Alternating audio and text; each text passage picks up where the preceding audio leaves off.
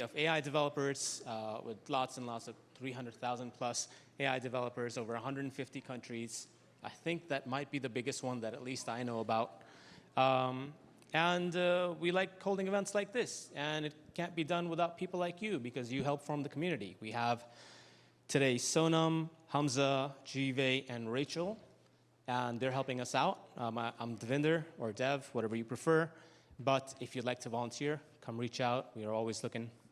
Let's see, what else? Yeah, hey, I'm ahead of the game. Join the community and help us out. Anyway, so another thing that you guys can do, obviously, if you're into a project that you really want to showcase, a couple of my friends are doing this right now, is submit a topic to speak. I kind of should do a sound check. Can everyone hear me? Yay, all right, I should have done that first.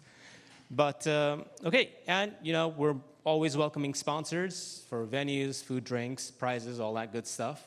And we'd love to collaborate on events. You're gonna find out pretty soon that we have hackathons that we've done both in the past and in the future that are coming up. And you can use this email to reach out about any of that.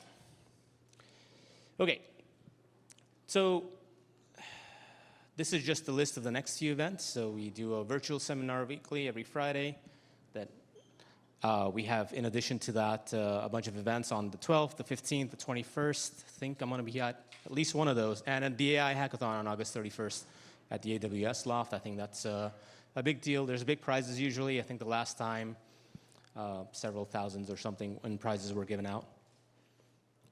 These are all our sponsors. It's a huge list. So hopefully, it kind of speaks to how big the whole thing is. And obviously, here's a community shout out. Please use either of these links to reach out on Slack or Discord. Slack is where you'll find out, some day-to-day information, especially if you're into the hackathons. There'll be like some updated info on signing up and Excels and all that good stuff. Discord, I think, is similar. I don't use it as much, I'm sorry. But I think it's pretty much the same deal. I'm just going to wait for the phones to go down so I make sure that everyone gets to try the QR codes that they're looking for. Just give it a minute.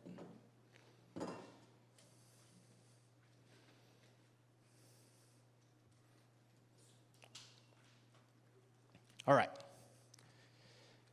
Okay, yeah, special thanks to our sponsors, GitHub, for allowing us to be here. Obviously, Zilliz and Deephaven, both of those folks from both these companies are going to be talking today. We really appreciate it. Thanks to sponsors like that, we can keep going. And these are our speakers today. First up is going to be Pete. I'm going to just ruin the last name, so I'm going to say Pete. He's going to be talking about real-time analytics with modern workloads. Then Frank, who many of you might know, who's he's also there with unstructured data, and I first actually heard him talk at AI User Group. But he's going to be talking about the evolution of vector embeddings. And then there's Dhruv Anand from AI Northstar Tech coming all the way from India, I heard. So that's the list of our speakers. I think there should be one more slide, and if it's not there, I think I'm just going to say it out loud. I might have missed it. After all of the talks are done, we'd like to spend a few minutes. If you have a job opening that you'd like to advertise, if you have a project that you want to talk about, we're going to leave a little bit of time at the end so you guys can do that. And just reach out to any of our volunteers towards the end, and we'll try to group in as many as we can. Hopefully there's a lot of you. Okay, so without further ado, Pete. Big hand for Pete. Would it be okay if I don't use the mic? Yeah. Okay. Why, does it sound obnoxious? No, I need my hands. All you. Thanks. And then let's take that away.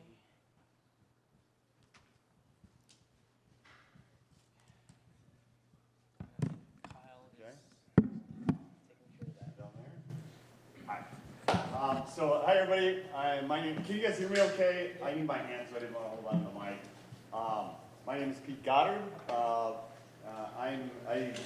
I didn't come from India. I came in from Minnesota to speak with all of you. I'm getting a little bit of an echo. Historically, I come from the capital markets where Wall Street meets data infrastructure and on use cases. And we at Deephaven have developed a platform that we'd like to show you for doing lots of things with data. Certainly with batch data, but in particular streaming data, event data, other live data. And so what I'm going to try and do in the next little bit as long as you'll tolerate me out here, is try and move through a series of use cases where we start with a little bit of data science, we go into machine learning, and then we show something with AI. And I think if I've done this right, I will have showed you the types of things Deephaven can do, maybe giving you a sense of range and the power of the platform, and maybe curious enough to go join our Slack or go check out some of our assets out on GitHub or on the web or whatever the case might be. Oh yeah. You probably don't need me to yell now? Yeah, you're fine. Okay. Can you guys hear me now? Do you need me to? Okay. So what I won't do is delve into the hows of all of the use cases, and then I'll ask for your generosity a little bit. I'm not a qualified AI engineer like many of you here. So I'm going to demonstrate use cases all the way through machine learning and AI, but I live much more in the data infrastructure space, data infrastructure software. So Deephaven takes its inspiration.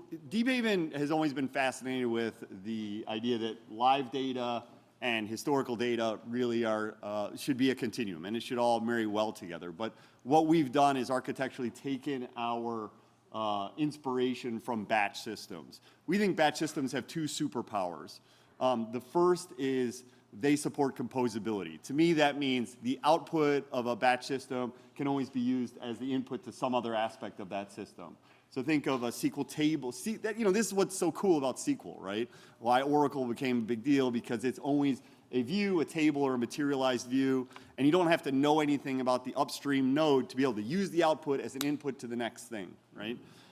We also think in batch systems, the fact that the full stack shares concepts is important. So how data is stored, how it is processed, and use cases, address compute, and then even how user experiences work, really share concepts throughout the stack. And the thing that absolutely floors us, and what we never tolerated when we first built this tool internally, is that when you go to real-time data, everyone abandons these concepts. So you guys will think about real-time engines like Flink or Spark Streaming or Materialize or Rising Wave, or you name any of a number of other seemingly capable systems at processing real-time data. They just abandon composability, which as a software engineer feels wrong.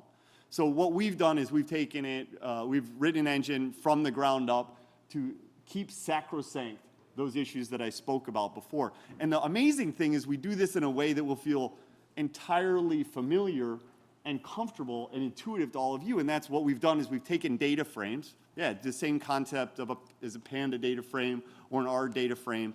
It is a table, but it has structure, right? The seventh row means something, right? We've made them column-oriented, which means they're great for OLAP and great for supporting applications. But what we do, and we are the only company in the world that does this, we're the only technology in the world that does this, is we make data frames tick in real time. That happens server side. It also goes all the way through the front end, right? We do that by keeping track of deltas. So we've built an engine that uses, behind all of these databases, dynamic relational algebra. And what we've done is we have a totally different model for all of those joins and aggregations and projections, et cetera, that works on deltas instead of on the actual state of the data. So I come from an industry where we have certainly multi-billion row tables, and those are all ticking in real time with new rows coming in or things changing throughout the table. And each few milliseconds, it's much easier to look at the deltas to the table, the changes to the table, rather than the entire table. And what we've done is we take this idea of a live data frame and we plumb it through the whole stack. So you see here, we have this thing called a query engine, number 2. Yes, we compete with other query engines.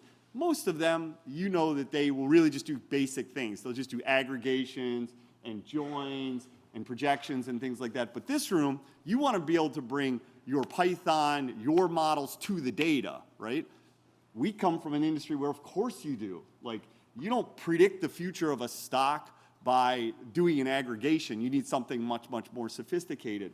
So for across industries, we're trying to bring this technology to bear where you can do much more in the engine rather than just basic things. And I'm hoping to demonstrate that to you. But also importantly, you'll see that We think it is important to support your workflows. We think it's important to support client applications that need to talk to the back end. So we've plumbed through this idea of a live data frame throughout the stack, such that we support connecting C++ applications or C# applications and inheriting derived real-time data via gRPC and Apache Arrow flight APIs. And then we have a huge user experience for addressing data, both that is batch and in real time, in idiomatic Pythonic ways. You know, and seeing data tick in UIs, all without you having to do any work. So that's what I'll demonstrate in just a moment. So Pete, it sounds like this is a pretty versatile system. Fundamentally, what can I do with it? You know, people interrogate data. They have Kafka streams, or they have iceberg tables, or they have WebSockets, and they want to ask what's the state of the data, and they want to see it tick in real time. They want to marry it to historical or batch data in different ways. They want to build applications in these composable fashion. They want to interoperate with their Python tools, whether it be the libraries or the quantitative libraries or the AI models that you have. And then, of course, you need to be able to do all this through interfaces, so we try and support that. So what I'm going to try and do in the next 10 or 12 minutes, and then open it up to Q&A, is move through a number of use cases. Again, my only goal here is to have you see, got it, it can handle static data and real-time data. I understand the concept of a directed acyclic graph and that data can flow through that. That I can bring my interesting models to this infrastructure, that I don't have to just use SQL and get a snapshot and then bring it to Python. Rather, I can bring the Python and I can bring the models to the data. And even if it's real-time data, like just magic happens, okay? And obviously, we'll do all this in a way that you can see it. And hopefully, I'll move quickly enough that we can get to an LLM example at the end, which is really the most colorful one and the most fun. So before I get into the demo, does anyone have any questions about slides or architecture or anything like that that they want to hit really quickly? If not, people probably want to see this thing, right? Okay. So, you can, I just encourage you at any time, you can go out to Deephaven and have our website. You could go and check out this is sort of like a collab demo environment. It could work in, it's not collab. This is our infrastructure, but our widgets work in Jupyter, or you can launch a code studio this way. All of this is, you can go to our community products this way, or obviously you can do what most of you would probably do, which is Google Deephaven GitHub and see any of our 55 repos that are here, particularly the important ones that are pinned. So we're desperately appealing to people like you to try and understand your use cases, because we think we have infrastructure that's relevant, and we're just here to support what you're trying to do. So let's get into it. The first thing we're going to do is I'm just going to launch a Docker image with Deephaven. Okay, so now I have Deephaven running server side, and we could work with it through the command line, but what's fun about that? Let's go to our UI. So automatically, when you launch Deephaven, you inherit a UI. So I'm just going to go to a browser. I'm going to bring up a new tab, and I'm going to go to localhost. Okay, we're going to go incredibly quickly through this. Sorry. Again, I just want you all to be able to say, got it, Pete, this can do some stuff. It looks like it has range. I'm curious, okay? So the first thing I'm going to try and convince you of is we can do Python, straight Python. Yay, we just grabbed some numbers and calculated a mean with NumPy. Nothing very interesting there. Okay, we're below kindergarten here. So the first thing I want to do is, instead of working with batch data, you'll all just take it face value. That'll enter later. But first, we're just going to get some real-time data. One of the nice, nothing political here, but one of the nice sources for real-time data that exists out there, as probably some in the room know, is crypto data. So we can use Python's WebSocket client, and I'm going to go get some crypto data for, is this too small? How's that? For a number of crypto pairs from Coinbase. And the first concept that you need to understand is Deephaven's always going to turn it into a table, right? So now I have data coming in from Coinbase. I have no idea if it's going to be busy out in the crypto market, but here we go. We see, so now you see, oh, this is a data frame, Pete. It looks like any data frame that I understand. The only difference between Deephaven's data frames and others is you see what's going on the screen. It just ticks in real time, right? So you don't have to work at that. That's just magically going to be inherited. And then what all you have to do is, that's the first thing, everything's a table, or everything's a data frame. It can just tick in real time if the source data ticks. And then the only thing is you set up linear scripts that essentially create an acyclic graph, and the data flows between it. So you have this table called a Coinbase WebSocket table, and you do stuff to it, and then you get another table, right? So now I have a basic summary table, and as stuff happens out in the crypto world, data comes into the first table, and the second table is going to populate, right? So you're just writing code exactly like you would write in pandas, but it's going to work with real time, and you inherit all these user experiences and things like that. You know, and it can do all the things you would hope you could do. Oh, I want to filter data. You know, I want to be able to join so that, anytime something trades in crypto, I want to know what the prices were of the other products at that time. You know, I want to plot these things and do EMAs. You know, these are just you could use any models you want, right? I want all of this to, of course, you know, tick in real time and be very dynamic. And maybe I like Streamlit, maybe I like Dash, but frankly, they don't work when it comes to real-time data. So maybe I want to be able to create dashboards and have them tick in real time and inherit all of that infrastructure, okay? So this is fundamentally what Deephaven does, but we're at AI Camp today. So let's try and walk through some models. So the way Deephaven approaches Python developers is we say, okay, we want to be able to bring in, you know, your Python libraries and use things like a table publisher that might rely on a model. In this case, it's going to rely on the simplest model in the world, just a NumPy sum model. So let's pretend that's a placeholder for an AI model out there. Where did all this go? Let's get rid of that.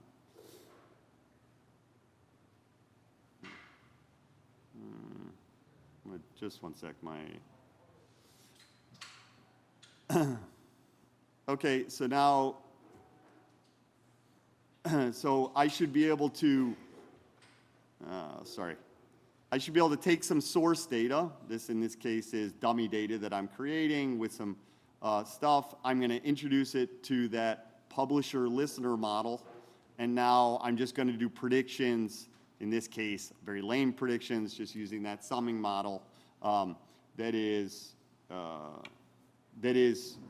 doing predictions in real time based on those inputs. Okay, so all of you can bring many different types of models to bear. This one is just the most uninteresting one we can possibly imagine. So instead, let's walk through something that might be familiar to all of you, which is I'm just going to change this. Just one sec. Come on, baby. There we go. Right, so I just launched a different version of Deephaven. And now, oftentimes when you're in ML class 101 or AI, you might be familiar with a classic scikit-learn exercise to predict, predict iris flower constituents. Yeah. Sorry, would you mind zooming it a little bit further? Say it again? Would you mind zooming it a little bit further? Sure. Sorry. Does that look better? So we're going to use scikit-learn, right? And then we're going to train a, one of your nearest neighbors, classic K-neighbors model using scikit-learn on iris petal characteristics, right? To characterize what type of flower something is. Right, so we've trained the model, and let's just test the model, right? So now we have, sure enough, we have all the measurements of the flower, we have the actual classification, and then we have the predicted classification, and if we wanted to, we could say,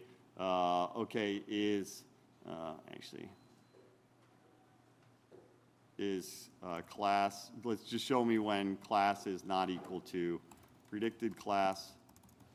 And we know, God.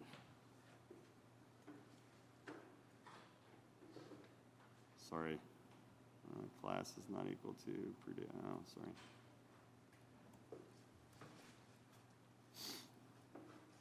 So show me when class is not equal to predicted class. I just created from the UI this new,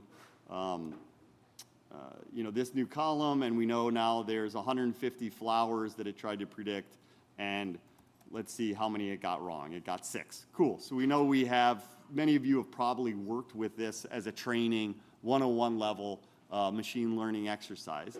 The difference here is what we do is we can take that exact exercise and we can make it work in real time, right? So now we have measurements of flowers coming in and we're predicting them in real time.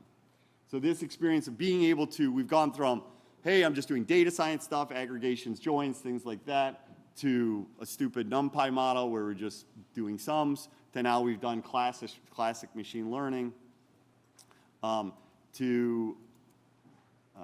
now we want to work through maybe an AI model. So let's try and have a little bit of fun here. Let's see if I can do this. So I'm going to run an application that I have in VS Code here that is going to use OpenAI's CLIP model, right, to essentially do a semantic search for images. Okay, this is an exercise that some of you might have done, and we're going to try and do that with Deephaven. So what we're going to do is we're going to do semantic search on, both text that is presented as data to the background of Deephaven. Is that big enough? As well as to images, right? So here's an image of a cat, and here's an image of a dog, right? So since we are running Deephaven in the background, we're going to go to Deephaven, and now we see that we have this application that's run. Okay, it has created embeddings for the 4 things that I just talked about. The embeddings for the phrase, a photo of a cat, right, with these embeddings, and then the phrase of a photo of a dog with these embeddings. And then what we're going to do is we're going to use a cosine similarity function so that when I type a phrase in the Deephaven interface, we can find the images that are most similar. So if I go back to Deephaven and I type the word cat here, okay, we'll see that there's only 2 images in the back, right, that we have embeddings for. And sure enough, when I type the word cat, the image of a cat has a higher similarity function to that phrase than the image of a dog, which has a lower similarity function, right? So what we could do is you could imagine introducing many more images to your background. So here's a picture of Miles. Here's him by a bridge. Here's him by a door. Here's him hanging out in the snow with a graduation cap on, playing with a laptop, walking through the park, right? And so I can run a quick program where I'm adding those images to the embeddings. And we see that, oh, sure enough, those have been processed now by CLIP, right? And these embeddings exist. And even though I didn't do anything, we can see that, oh, when I typed in cat, here are the respective similarities of those different things, and sure enough, cat still wins, and all the pictures of both Miles and quote-unquote the one of the dog are also here. So now I can have some fun, and if I type dog, right? Sorry, I have to actually type it. Right, if I type dog, we should see that, for the characteristics of dogs, hopefully cat is the least similar, right? And all of these ones of both a regular dog as well as my dog Miles are all here, right? And I can type other things like I could type snow. Oh, gotta type it. And now we'll see that sure enough, which image did it find most similar to the word snow? It's the one that was miles in the snow, i.e. this one, right? Or we could type genius. Come on, Pete. And now when we look at genius, we see Miles on his laptop and Miles at graduation, right? So we've created an interface here for you to bring Python to all sorts of data, both batch data and real-time data, and to be able to inherit a nice intersection between your libraries, your models, and the capabilities of the data infrastructure, both in serving batch as well as incrementally serving real time in a very composable way. And we hope that you also find, even though we had to have it blow up, so there's not much room on the screen, we've tried to do it in a way that gives you nice interfaces for working with data, whether it be in VS Code, where all of these things work, in this web IDE, where, like I've been talking about, or you can see the widgets will all work in Jupyter as well. So I tried to move quickly to give you guys just a taste of the range of the types of use cases you can deliver. This is pretty battle-hardened technology that services some significant companies in critical production use cases, both in servicing large batch as well as real-time stuff. But we're here to try and make sure that we're learning as much as we can from all of you about the use cases that are driving your workloads and that are interesting you the most. Yeah, I see a hand in the back. It's a dumb question, but I'll ask anyway. Did it search by the image name or did you use the embedding search at all? What's that? Did it search by the image name you have in the table or did it search on the embeddings? No, it's searching on the embeddings. Yeah, Okay. sorry, it's not that would be cheating if it was just searching. That wouldn't be much of a show if it was just searching for. So you could say, for example, when I type the word G, I mean we can do it to make sure I'm not cheating. If anybody wants to throw out a different word to search for, and we'll see what it comes up with. So I don't know. Let's just say relaxing, right? So what comes up when we type relaxing? Miles working on the laptop, him in the park, and him lying on his back, right? So it's not looking for. Here's him on his laptop, here's him in the park, and I don't know, here's him on his back. That's what, this semantic search of the images is saying are the closest match to the word relaxing. Or, that you could put a phrase in there, whatever you wanted. So this is, this is the clip model that OpenAI developed. That model's not anything I'm taking credit for by any means. Yeah. Let me bring the mic to you so we can hear you, and the recording people can. Yeah. So say that you just had a lot of images, like in this case you showed like 7, but in like most applications you'd have like maybe like 1 million. Yeah. Right? So in those cases, like a search like what you did right now, where you're doing you're calculating the cosine similarity for every single image. Yep. Wouldn't be as efficient. Yep. So how would Deephaven take care of that? So Deephaven has a lot of Deephaven has a lot of infrastructure for supporting, indexes and higher efficiency searches, as you can imagine. You'd bring some of those technologies to bear in the back end that then would support the cosine function that we just discussed. Awesome, thank you. Yep. So you do support the vector data type in Deephaven? Yeah, so we support, so you're going to talk to somebody who's a vector database, they have a vector database offering, and I think they're vector database experts. So, I don't want to run afoul of their expertise. We support, a vector database solution within the context of Deephaven's other capabilities, right? So our core reason to exist is to be able to service real-time data and to do that in an incrementally updating fashion. So we think the future, the capability that we're most focused on is a vector database that is changing in real time and that is responding to interactivity with, reasonable latency. in regards to, and yes, we support those use cases then, but if you said, are we going to stand ourselves up as a competitor to Pinecone or something like that, or other batch vector DBs, including the presentation I'm looking forward to later, I think that'd be disingenuous of me to do. One more question. How do you handle indexing if you keep changing things very quickly?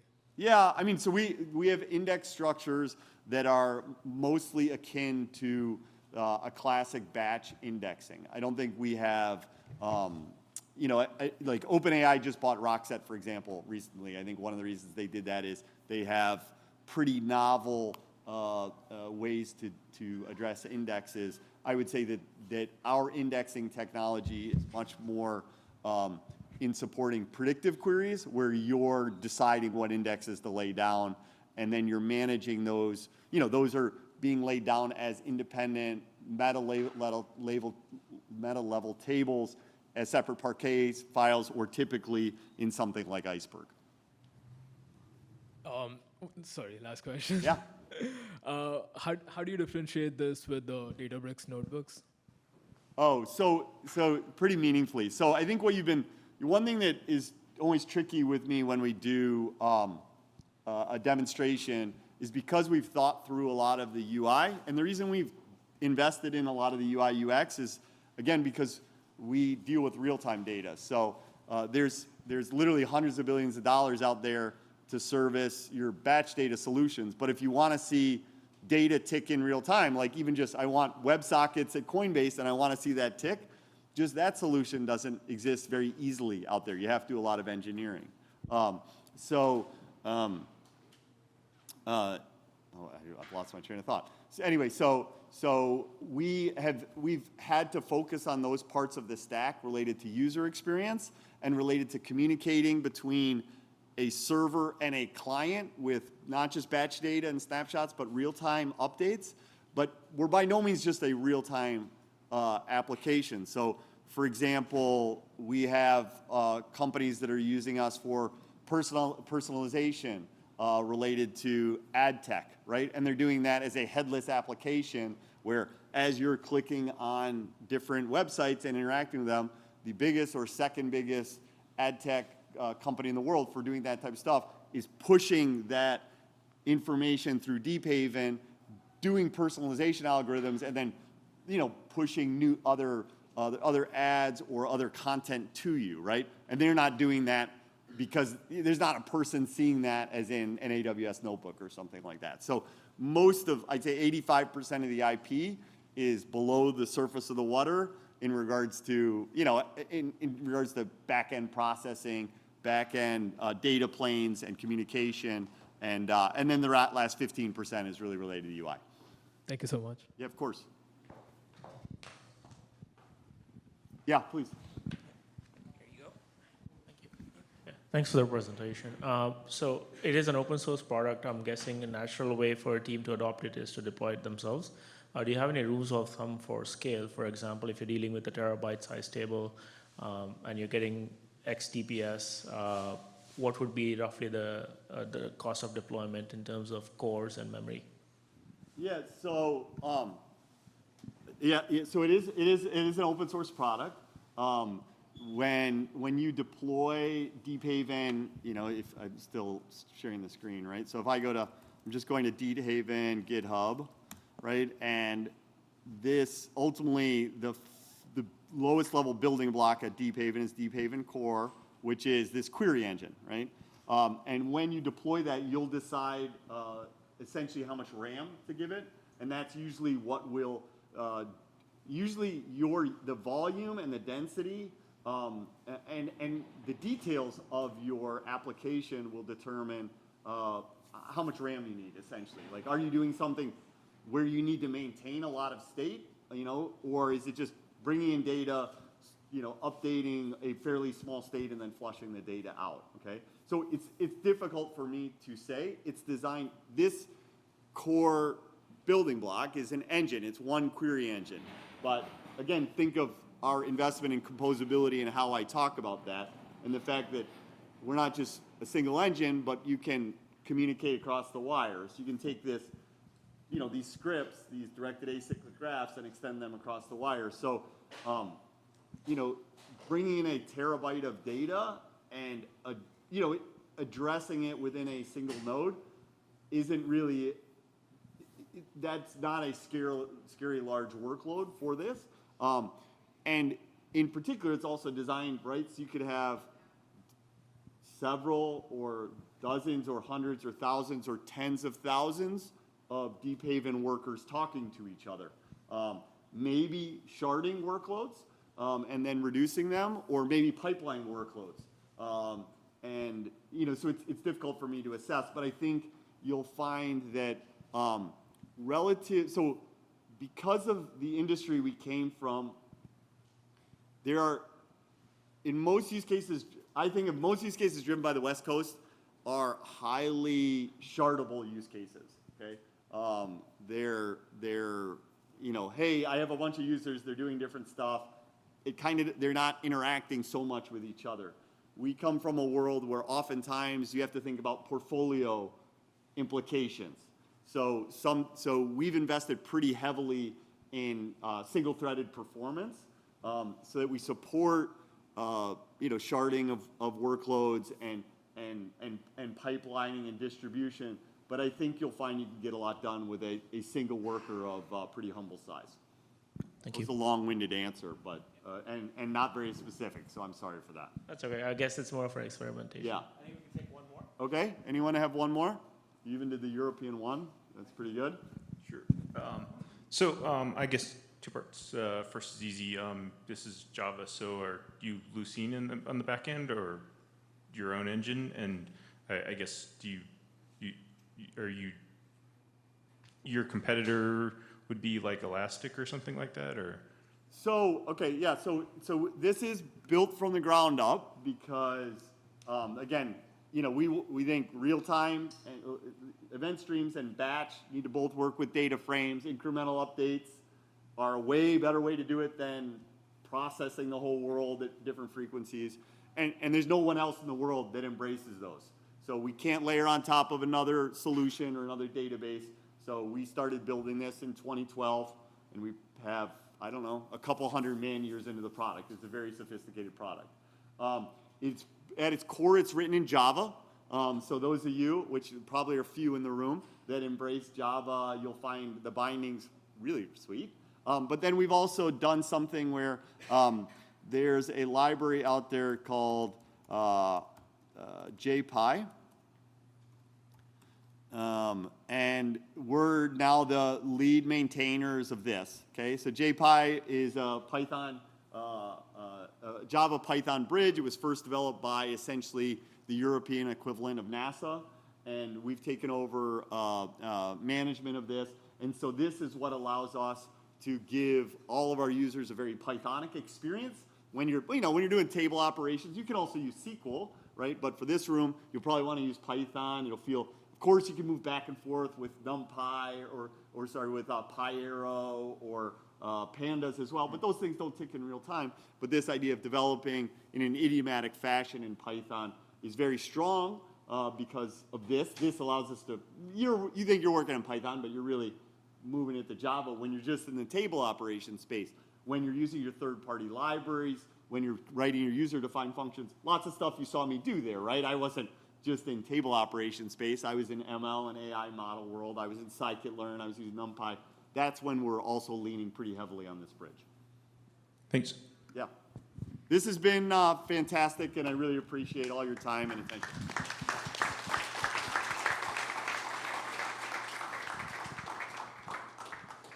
Thanks very much. Thank you. Up next, we have Frank talking about the evolution of vector embeddings. And you know what? Let me just get rid of that altogether. Thanks for traveling with me. Can I grab that mic real quick? Yes, sir. And he's from Zilliz, by the way. Almost didn't mention that.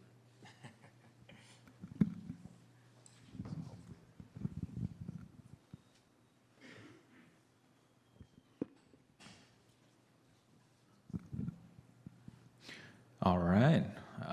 Thank you for the introduction. I want to say hi to everybody. Welcome to my talk here. Today I'm going to be talking about a topic that is pretty near and dear to my heart. That is multimodal embeddings, and in particular, just embedding models in general. And some of you, I see a couple of familiar faces in this room. I think some of you might have seen some subset of these slides or have heard me talk about this before. If so, that's okay. I have a couple of extra material, a little bit of extra material at the end that I think is going to be interesting to a lot of folks here. But let's just dive right in, right? A bit about me. And my name is Frank. I do ML at Zilliz. At Zilliz, we're the creators of Milvus, and we remain to be the core maintainers of Milvus as well. You might have seen some of our events here actually at GitHub. We call them the Unstructured Data Meetup, so if you guys are ever around for one of those, would love to see you there. And before I dive into this topic in particular, I just want to give everybody a quick refresher about why we should care about embeddings. Why should we care about embedding models in particular? And generally, if you have some sort of unstructured data, you have a collection of unstructured data. It could be images, it could be video, or audio or text. Here, I call it more generally a knowledge base. What you want to do is you want to understand the content of that data. You want to do analysis over it. Maybe you want to have you want to be able to generate insights from it and really understand exactly what that data is and what it's about. And what you would do is you'd pass them through embedding models. Now, embedding models today are pretty much exclusively deep neural networks. There are some exceptions, which I will get into a little bit in a couple of the later slides. But once you have those embedding models, once you run your data through those embedding models, what you end up getting is a set of vectors or a series of vectors. Now, these vectors are usually just rank 1 tensors. They're fixed dimension, so in many cases they're 768 dimensions or 1024 dimensions. And once you have those, you want to store them inside of a vector database. So Zilliz and Milvus are 2 examples. Obviously, I'm a little bit biased, but hopefully we'll see more of them later on in the upcoming talk as well. And embedding models really are the workhorses of applications that leverage AI, of applications that leverage machine learning.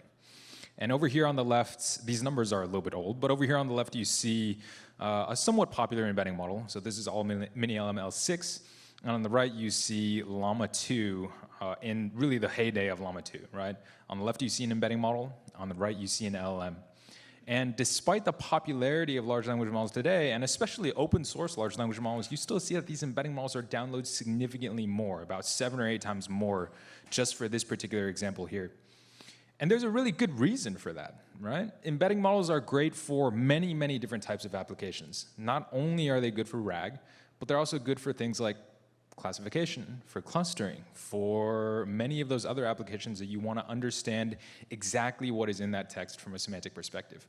So that's why we see these kinds of numbers, and hopefully this gives you a better understanding of why we need embeddings and why they are so important to what we're trying to do, not just here at Zilliz, but to data and to AI in general. So I'm going to dive right in, and I'm going to talk a little bit about modern embedding models. And these days, pretty much everything is transformer-based. Some of you may have read this paper, released in 2017, called "Attention is All You Need." In it, they talk about self-attention, right? They talk about transformer encoders, transformer decoders, and this really became the de facto way of training, of training these large neural networks. Moving forward, what a lot of folks discovered, especially in the text domain, is that pre-training data is really, really key. If I have a very, very large corpus of pre-training data, and I run things like next sense prediction, or I do masking, and I train it using these types of strategies, what I can get is a very knowledgeable language model. This holds for both embedding models as well as for large language models, right? With this very, very knowledgeable embedding model, I can then do fine-tuning on it to get the outputs, to get the results that I need. Now, in this case, because we are talking about embedding models, these are usually embedding models that have bidirectional attention. So not a lot of the causal language models that you see with ChatGPT or with Claude or with Llama 3.1. So these are ones that have bidirectional attention. Once you have these types of models, what you can do is you can apply some pooling, get the embedding based off of that, and then fine-tune everything with cosine similarity. So if you have text to query or text to prompt pairs, document to query pairs, this is one of the very, very common ways that embedding models, or at least text embedding models, are actually built and trained today. And if we move forward, so this paper came, this original attention paper came out, transformer attention paper came out in 2017. If we move forward maybe about 3 years, there was a vision transformer paper. And the idea behind vision transformers is to take an image, right? And instead of using the traditional way of training these image recognition models, what you do is you instead divide these images into patches, and you take those patches and you use them as input directly into a transformer encoder. And this actually became a very, very powerful way of doing image understanding, of doing segmentation, and many computer vision tasks as well. So a lot of even modern computer vision algorithms actually rely on transformers as well. And I just want to go one step beyond that too. I think a common misconception today, at least, is that when you have a vector database, or if you have embeddings, you want to use vectors, that they're only good for text or image modalities, and that's just not true, right? Vectors are for much more than just text and images, and I'll give a couple examples here. The first, and one of my favorite sort of non-standard modalities for vectors, is molecular structures. By encoding by really taking the functional groups and the different bonds in molecules, what you can do is you can actually encode what that molecule specifically does. Usually these are binary embeddings, something like 32 or 64 or 128 dimensional. And with this kind of data, what you can do is you can simply say, I can do things like AI-powered drug discovery, right? So a lot of biotech companies will leverage vector databases and leverage embedding models in this way. Another great example is audio. By actually using these convolutional encoders and taking the output of those encoders and using that as input into a transformer by really doing a hybrid convolutional plus self-attention model using one of these, you can actually get really, really powerful results, and you can understand audio. You can, again, train it in a manner that is self-supervised. You can do the same thing for graphs, right? Probably not one that folks are thinking about. You can turn a graph into an adjacency matrix and project that adjacency matrix into, let's say, a lower dimension or a higher dimension, if you want. But you can project that adjacency matrix and be able to get an embedding that represents the structure of the nodes, how those nodes are connected to other nodes within the graph, and also what some of the, maybe you could use these types of embeddings to do things like fraud detection, anomaly detection, to understand maybe where there are redundancies in my supply chain. There's so many ways of being able to use vectors beyond just how people use it today for RAG. And the last but not least, time series data as well. By taking different snippets and at different intervals, lengths of time series, and training those together contrastively, you can actually get a really, really powerful representation for time series data. You can do things like forecasting and many other things as well. So if there's one, I went over a couple of different, went over into some details into some of the ways that these different models are used, but the key thing that I would like everybody here to take away from this particular slide is, again, that vectors are for more than just text and images. You can apply them to so many more modalities of data. There's many, many different ways that you can use semantic search, and many different ways that you can use embeddings beyond semantic search as well, clustering being another example that I mentioned earlier. So I'm going to switch gears a little bit and talk about multimodal embeddings, right? What do multimodal embeddings mean? Why should we really care about them? At the end of the day, these multimodal embeddings just mean I have many different types or modalities of data. It could be text and images, could also be text and molecules, or time series data and graphs. And I can embed them into the exact same space. And what does that typically look like, right? This is an example of CLIP. CLIP, many of you here are probably familiar with it. And what CLIP does is it has a text encoder and an image encoder, and it uses this form of contrastive learning to actually minimize the distance between the text and the text and image pairs. So you see here Pepper the Aussie pup, the text Pepper the Aussie pup, and an image here, and they both use, actually in this case, in the more recent versions of CLIP, they use transformer encoders.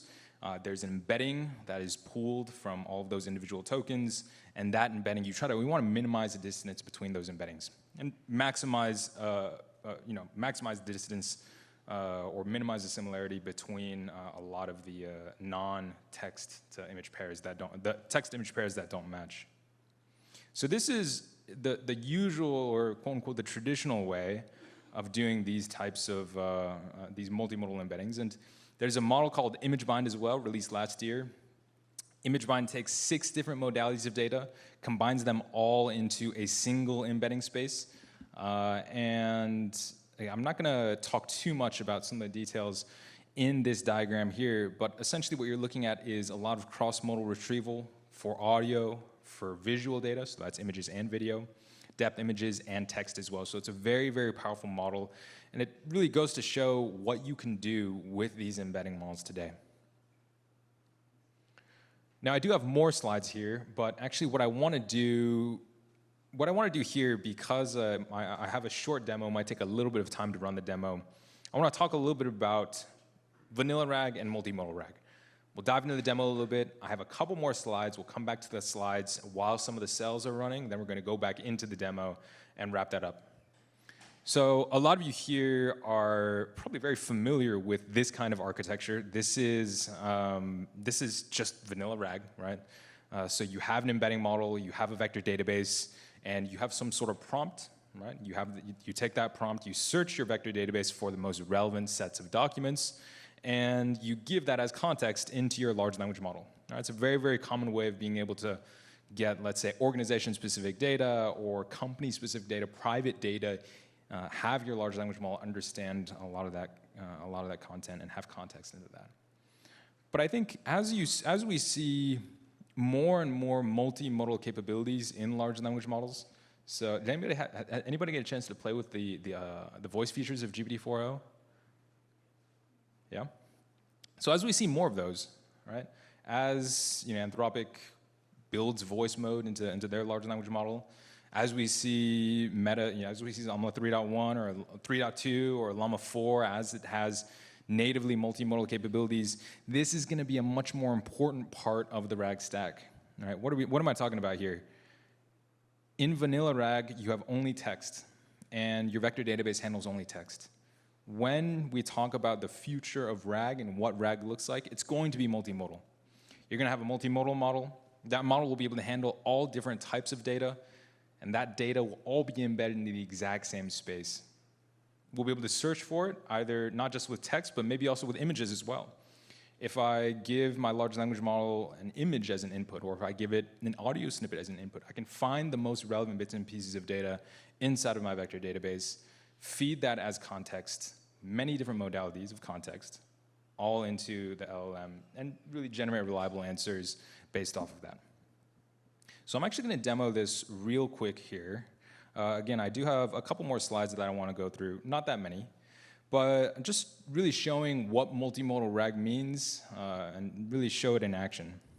What I'm going to do here is there's Google's pre-show that was I think it's probably about 2 or 3 months old at this point. But in this pre-show, there's this musician. He comes out on the stage, and he does sort of uses. I think Google released this. I forget what it's called, like Music FX or something like that. They had their own custom DJ, and he uses this particular tool to generate new music on the spot. In the very beginning of this show, and I'm actually making make sure this is off because it's very, very loud. In the beginning of this show, you'll actually see that the musician, he will actually crawl out of a cup that's on the stage. So you see he sort of climbs out of this cup. He falls back into it first, and then he climbs back out. It's mildly hilarious, and eventually he crawls out and he starts to play the show. So this is one of the things, what we're gonna do is we're gonna use this video as input. We're gonna turn it into individual image, audio snippets. We're gonna store all of those inside of our vector database. And then what we're gonna do is we're going to find the most relevant bits and pieces of data from this video, and we're gonna give it to our LLM so we can have it answer questions. So here, what I'm doing is I've already installed all of the different libraries that I need.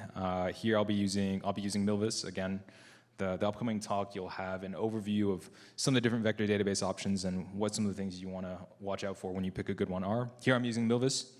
I'm also using this library that I created myself called Radiant. and we're also going to be using Hugging Face's Transformers library. So Transformers will give you access to a large language model. In this case, we're using Meta's Chameleon 7B. So it's an old-ish, it's like 6 months old, kind of a model at this point, but the key thing is that it can handle both text and images as the input modality. So we're gonna create a quick workflow here. I'm not gonna go too much into the detail, but essentially what's going on is we are reading some data directly from YouTube, and what this workflow is gonna do is it's going to use YTDLP or YouTube DL to download the video that is at this URL. In this case, this is the URL that corresponds to the Google I/O pre-show. And I think I'm running a little bit short on time here, so I'll make this quick. But once we do that, we're going to split the video into images and audio snippets. We're going to vectorize all of it using ImageBind. So ImageBind is freely available. I'm just going to refer back to this image for some of the other folks there. And then we're going to do the search there. This does take a while to run, so I'm going to run it first. Hopefully it finishes pretty quickly if it can download the video fast. So we'll get some warnings here. This is all normal. While this runs, I have 2 more slides that I want to show everybody. And it looks like I won't have time to go over the whole demo, but that's okay. For folks that want this Python or this Jupyter notebook, feel free to just come up to me after this talk, and I'll figure out a way to get you a link to it.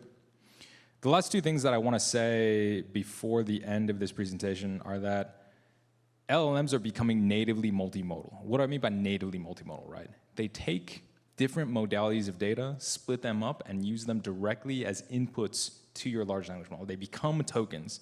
Images will become tokens, videos will become tokens, and so will audio and different other forms of unstructured data as well.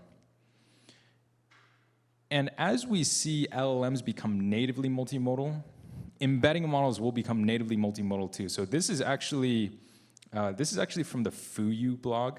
Fuyu is not an embedding model; it is a large language model.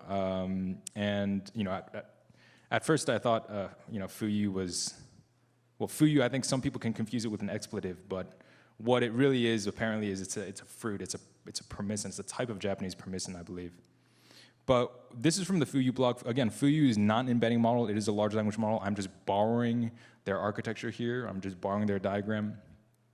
What we're going to see for the best embedding models moving forward is that the input is going to be natively multimodal as well.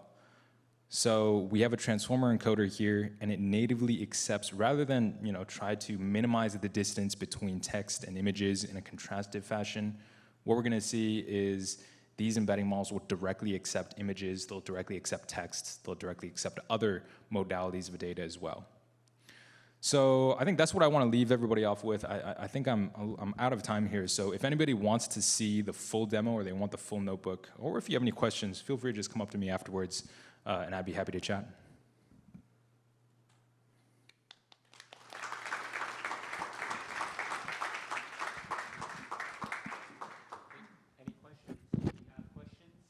Do we have any questions for Frank?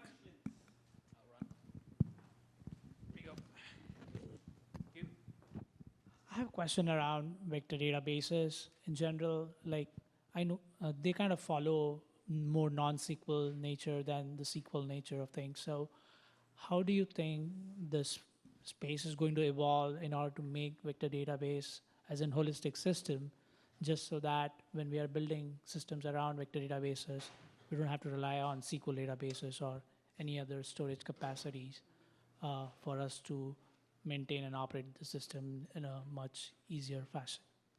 Yeah, I think, this is a multifaceted question, but it's a good one. I think vector database, if you are building an application and that application is going to be AI native, you should start with a vector database. And if it's not going to be AI native, but maybe you want some AI features in there, maybe it's better to start off with something a little bit more traditional, like MongoDB, for example. It's not that vector databases don't support JSON documents. Milvus, for example, you could use it just to do searches across JSON documents. You don't have to use it for its vector capabilities. But what purpose-built vector databases are optimized for is vector search. What these other databases are optimized for is that specific type of data. So for MongoDB, again, I'm going back to that example, it is it's JSON documents, right? It's objects. For Redis, it is key value pairs. And because they haven't optimized for vectors, generally you'll see much, much better performance and just more rich set of features for AI native applications when you use purpose-built vector databases. Eventually, you know, once your organization or your company grows really, really large, you're going to want to have many, many data stores anyway. And vector databases are only one of those pillars. Thank you. We have a few more minutes. If you're any more questions, folks? We got one more. Are you okay with that? A couple more questions? Yeah, I'm good. Yeah. Hey, really interesting presentation, thanks. Quick question, I'm just wondering, you really emphasize multimodal embeddings, and you know, the vector database space is growing pretty quickly. I know Pinecone, for instance, just raised $100 million. Do you think, are you emphasizing multimodal because Milvus is uniquely positioned that way, or do you think that's just the future of what's going on with Gen AI and everything? Yeah, I would say Milvus is uniquely positioned in terms of having the best performance and the best scalability. The reason why I like to talk about multimodal is because that is what I believe the future is going to be. And also there's just a wealth of data out there that's just not in text format, right? Maybe it's a scan of a document, or maybe it's a podcast format or a lecture or something like that, right? And that's why I like to talk about all of this. It's just to get get the juices flowing and get everybody to understand that there's many, many different ways that you can use a vector database beyond RAG, right? Beyond, you know, using it with let's say Pinecone assistance, right?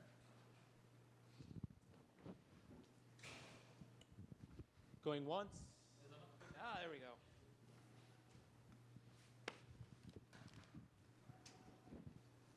What is the mechanism for adding more models to the model? Is it like a more complex version of CLIP, or how's it happening?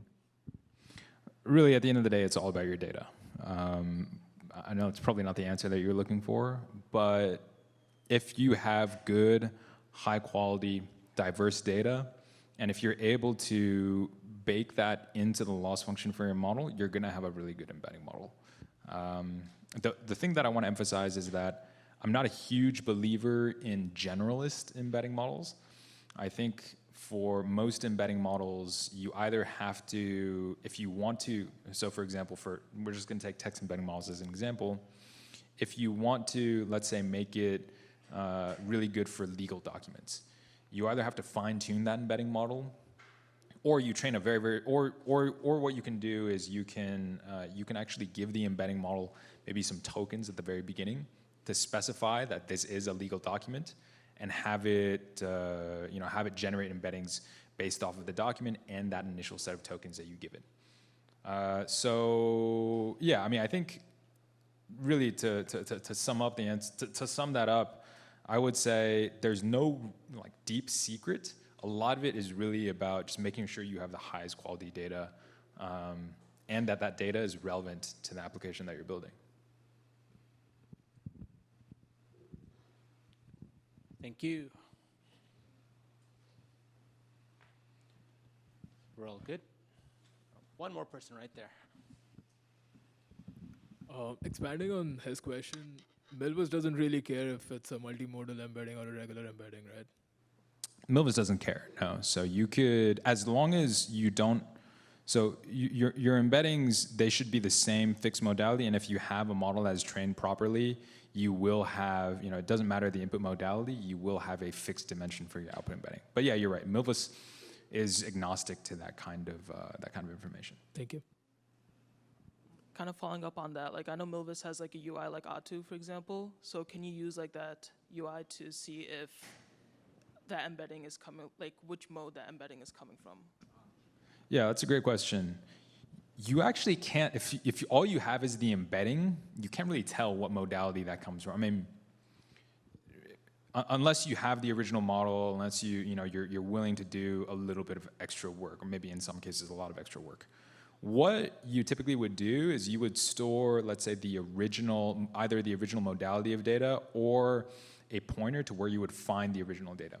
So let's say a file location, and if that file location is a markdown file, it would be a text modality. If the original location is, it's a JPEG file, it would be an image modality, for example. So you would just store metadata along with each vector and have that metadata represent what kind of modality that original vector belongs to. Okay, I see. Thank you. All right, we have one more question, or time for one more question. Here we go. Thank you for your presentation. Do you multimodal, do also multi-language? How many language? Like English, Spanish, Chinese? Yeah, for ImageBind in particular, I actually don't know, or I don't remember. I believe ImageBind is English only, but don't quote me on that. There's no reason that a multimodal model has to be single language. It can easily be multilingual, but again, a lot of it boils down to whether or not you have the data. I don't know. I think ImageBind, at its core, it actually trains off of, on top of Clip. So if Clip actually supports multiple languages, then ImageBind will support multiple languages as well. But really, a lot of these, if you have this kind of architecture where you have these individual encoders, as long as those original encoders support multiple languages, as long as those original encoders are multilingual, then your multimodal model will be multilingual as well. Thank you. Thank you. I think that's all the time we have. Thank you, Frank.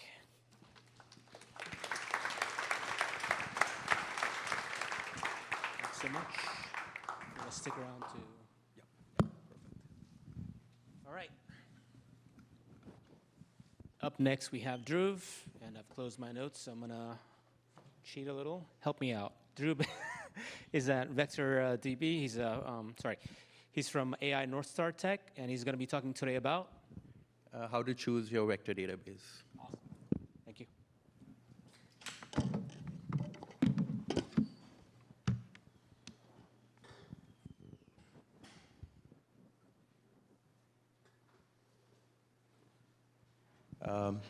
Hi everyone. My name is Dhruv Anand. I am coming here from India, but not just for this event, but just to see what's up in San Francisco. It's been a long time since I was last here. I used to work in the Bay Area for like 5 years, and I moved back during the pandemic. And I'll also tell you a little bit about myself. So what I do currently, I'm the founder of this company called AI Northstar Tech. There was an event yesterday here where I also mentioned it's not a startup. It's basically, you could think of it as a consulting company where we help companies who want to use AI in their products to use it in the right way without having to have core expertise in AI. I help with designing the system, training models, deploying them, tuning various search ranking models or recommendation system models. And also recently, I've been working a lot on structured extraction using LLMs, which is again very popular these days. OpenAI just released constrained decoding, which allows you to specify a JSON schema for your response, and you get back an object which conforms exactly with that. But this talk is not about that. But a little bit about my past. I used to work as a software engineer at Google and earlier at Facebook on their search engines, specifically on the machine learning models that I used to rank results at a large scale. So basically for all of Facebook search, whenever you're typing in anything into a search bar on the app and you see results or suggestions, they were ranked by the models that I used to work on. And I studied at Carnegie Mellon and IIT Kanpur. So today's talk is about how to choose a vector database for your project. We'll go over what is a vector database. I guess that's still a question these days. Why are they so popular? what features to look for in a vector database when you're starting like a new AI project. Which one is right for you? How do you try them really quickly? And who can you ask for help? So yeah, the first thing you probably already know, like everyone really wants to be a vector database these days. People who, I mean, companies or products that you would never have thought are related to vectors now claim to be vector databases. And that's primarily because there's no hard definition of what a vector database is. I would just think of three aspects. When I talk about vector databases, it should be a database that stores vectors, right? It should enable efficient k-nearest neighbor search in embedding space. So Frank spoke about all the different embedding models that you could be using to encode your data and enable vector search on it. And the vector DB should be able to do a good job of this. It should be able to do it fast. It should not be like the results should not be too inaccurate, because you know that when you search in a vector database, you don't usually get the exact k-nearest neighbors. It's an approximation because of the way the index works. But yeah, that's the second aspect. And thirdly, the database should enable you to use all the latest features, or it should be able to enable vector search use cases for AI in today's date, which is like very rapidly changing, and there are new things to support every day. So yeah, I'm just also gonna talk about why they're so popular. I already said like they're used, in RAG. Any chat with your data application will first require you to sign up for Pinecone or set up like a Chroma instance on your local device, in your notebook. And that's probably why everyone has tried probably one of those two vector databases. It's also very useful for semantic search. When you don't want to search exactly with the keywords that that you have in your mind, maybe the results are phrased in a different way. You want to be able to do a semantic search. That's where they really shine. And of course, recommender systems like news feeds, data deduplication, content moderation, some of the things that Frank spoke about, those are also reasons why they're really popular. And now I'm going to talk about what features you should look for in these databases. So, of course, they should be database-like, so they should have some conventional database features. They should be good at search, so they should have search engine features. They should be efficient in cost and speed. They should support new things like sparse vectors. I mean, it's not new, but recently popular methods like sparse vectors and hybrid search. And they should, of course, have good support for SDKs and the language you're using. They should have efficient indexing types like HNSW, and they should have integrations with whichever system you're using, whether it's LangChain, LlamaIndex, or some other RAG platform. So I'm quickly going to go through each one of these and what some of the features are, and later going to basically show you where you can look up any of that. So when we talk about conventional DB features, I'm talking about a cloud offering, easy scaling of clusters, asset properties, a UI or a console to like create new tables or delete them or whatever.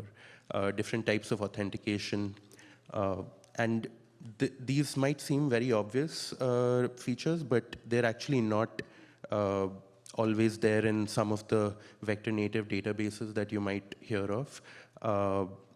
Of course, I think Milvus Zilliz has a bunch of these, but again, none of the vector DBs have all the features I'm going to talk about. So yeah, one ecosystem that does this part really well is Postgres.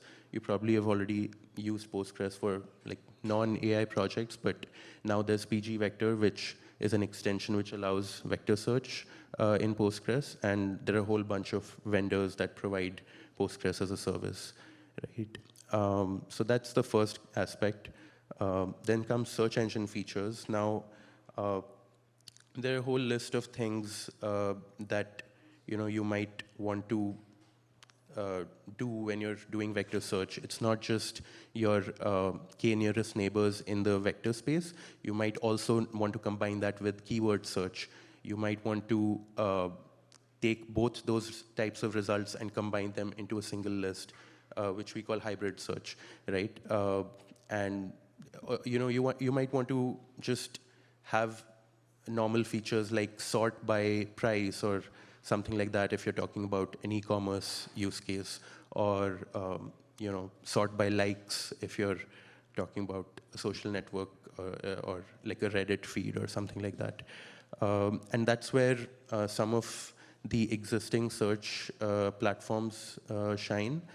So Elastic, OpenSearch, Solr, they're going to provide you those out of the box, and those are like more mature with respect to these options or these features. So like, if you really care about those, you might want to start with these. Or if you have your existing system on one of these, you might want to continue, because they all have some form of vector search as well.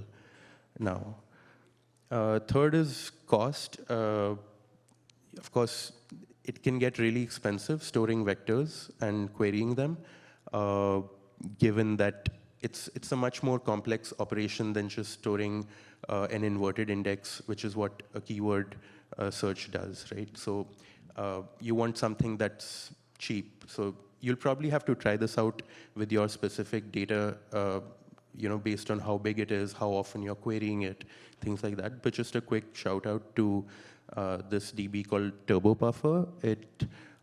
It runs vector search, but the database or the place where they store it is object storage, which is like S3.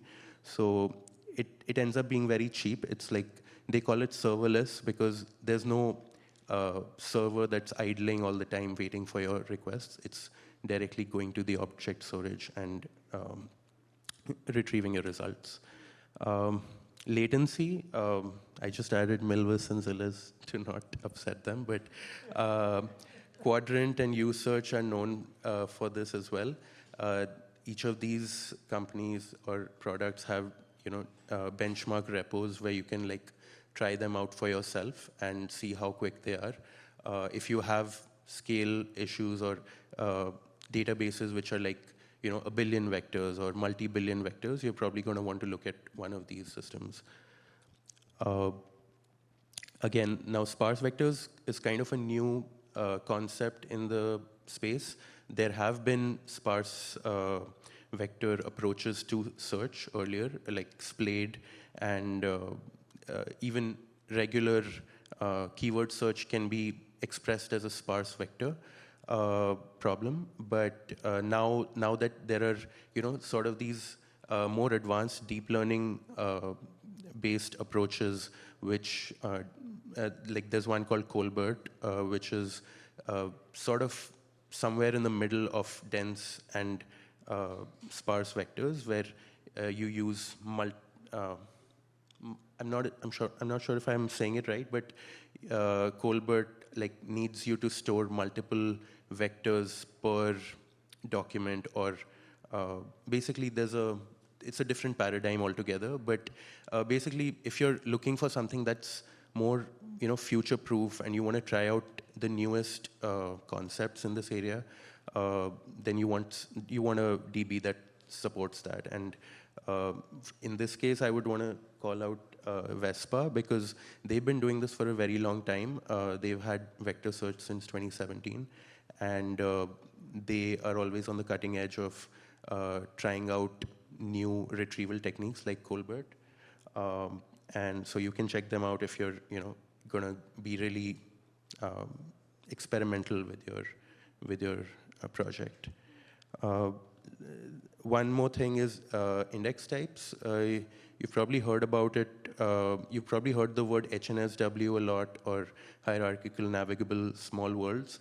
Now most of the common vector DBs have this, and it's just a matter of how well they implement it or how efficient their platform is. But you want to make sure that these sorts of things are present in the database you're choosing. And there's also quantization. There was a talk yesterday over here about being able to store 64 times less data for your embeddings and still being able to get like 95 or 92% of accuracy out of it by just quantizing float vectors into binary vectors, given that the model supports it. So again, you want to have your DB support that. So Quadrant does a good job of this again. I'm not listing out all of the things that support specific features. I'll tell you about that later, but yeah, this is just one of them. And yeah, like I mentioned, integrations. You want to check whether your DB works with LangChain and Llama Index or anything that you might want to use. And a separate thing is that, even though a lot of people are just, a lot of vendors would like you to believe that they're a vector database, primarily, there are also a bunch of other products that cater to some specific use case, and they also support vector search. So, for example, Aperture DB is really good with multimodal search. They have a platform for being able to, run those embedding models that Frank spoke about, and also see the results, do like advanced search on top of them. Pinecone everyone knows about, but the one strength that it has is it's enterprise friendly and compliant. I don't know exactly what that means, but people tell me that they're just a lot more comfortable picking up something that is approved by their IT teams in terms of like SOC 2 compliance, HIPAA, and all sorts of other things. Deep Lake is another system which is like a data lake, but it's also got vector search. KDB.ai has time series search as well, because they come from the time series side of things. TypeSense is very good for search as you type. So you might want to just build like an e-commerce engine or like an e-commerce website, and you want to have semantic search added to it. So you might just go with TypeSense, which is like known for being fast at those sort of queries. And yeah, I was telling you about this. If you're confused about which DB you want to choose, there's this table that I built a while back. There was a lot of drama over the actual values over here when I posted it on LinkedIn. I got almost 1,000 comments from various vector DB vendors trying to clarify and explain to me why they support all the features that I listed out. But anyway, now we have a more streamlined way of contributing to this table. Like, you can add your own DB here, you can fact check it, or you can just submit a PR to update some information, because all of this keeps changing all the time. And yeah, another plug for my own open source library. It's just something that allows you to try different DBs very quickly. So let's say you find an interesting embedding data set on Hugging Face, or one of the blogs that the various companies share. You can basically just, in a single command line command, you can load it into one of these 9 vector databases and quickly try it out with either your own data or some data that you found. Yeah, so would love if you would have a look at the repository, and if anyone's interested in contributing more integrations, there are 30 more vector databases to integrate. But yeah, these are some of the main ones that we've done till now. And yeah, lastly, who can you ask for help?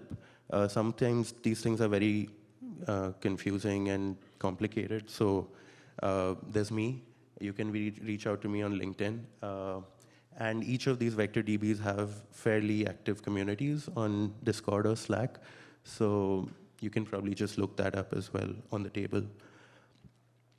So yeah, that's about it. I didn't want to like, even though I mentioned a lot of DB names, I'm not associated with any one of them. I'm just an independent person interested in vector search. So yeah, when you ask me a question about these, I'm always going to probably say it depends, but I can also help you with your specific use case. Yeah. Yeah, thanks. Any questions? It's going to be a depends, maybe. All right. Here you go. Thank you. Yeah, thanks for the talk. So one of the issues when you're trying to add a new database into your systems is the consistency between the data, right? You update in your core data source, like your Postgres may succeed, and then it fails to update in the vector space. You also might have different latencies trying to do the embeddings for some of the larger documents and things like that. So what are some strategies you found that are great for the robustness and consistency of data across when you're using two systems? Right. So that's a good question. Most people haven't really gotten to the stage where they've integrated one of the, vector native databases into their production environments. So they probably just, they have a, monolith, like a standalone kind of vector DB service where they're running their experimental RAG system or something. But once you get into trying to productionize it and, like you said, syncing the data across different types of DBs, there's some work by Quadrant to integrate like a Kafka-based connector so that if you have like a Kafka channel or stream, you can send that over to both or whichever databases you're using. I guess there's also Airbyte, which you could use as a connector across things if you need something in real time. And of course, the simplest thing is to use one of the DBs that you're already using, which could be Postgres or Elastic or anything. I'm probably not. I probably shouldn't call all of these things DBs, but yeah, they're just for ease of speaking. Yeah. So one follow-up to that. So the easiest is just to have PG vector, and like you start playing around with embeddings without having to set up separate infra. What have been sort of anecdotal evidence? What is the anecdotal evidence to even invest in the extra vector database? Do you know specific use cases where it was more helpful not to do PG vector? So basically, it's a very fast evolving space. When PG Vector came out, they didn't even have, I think they didn't have HNSW, or they didn't have one of the major index types that you would expect, right? They probably just had a IVF flat index, and those don't scale as well, or the performance is not as good. But all of these vendors and libraries are playing catch up in a sense to vector native databases.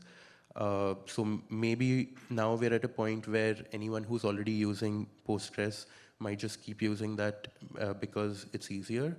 But like Frank mentioned, vector native databases are built primarily with vector search in mind. So it's still probably going to be a performance difference between one of those and one of the existing players. Thank you. Anyone else? Questions?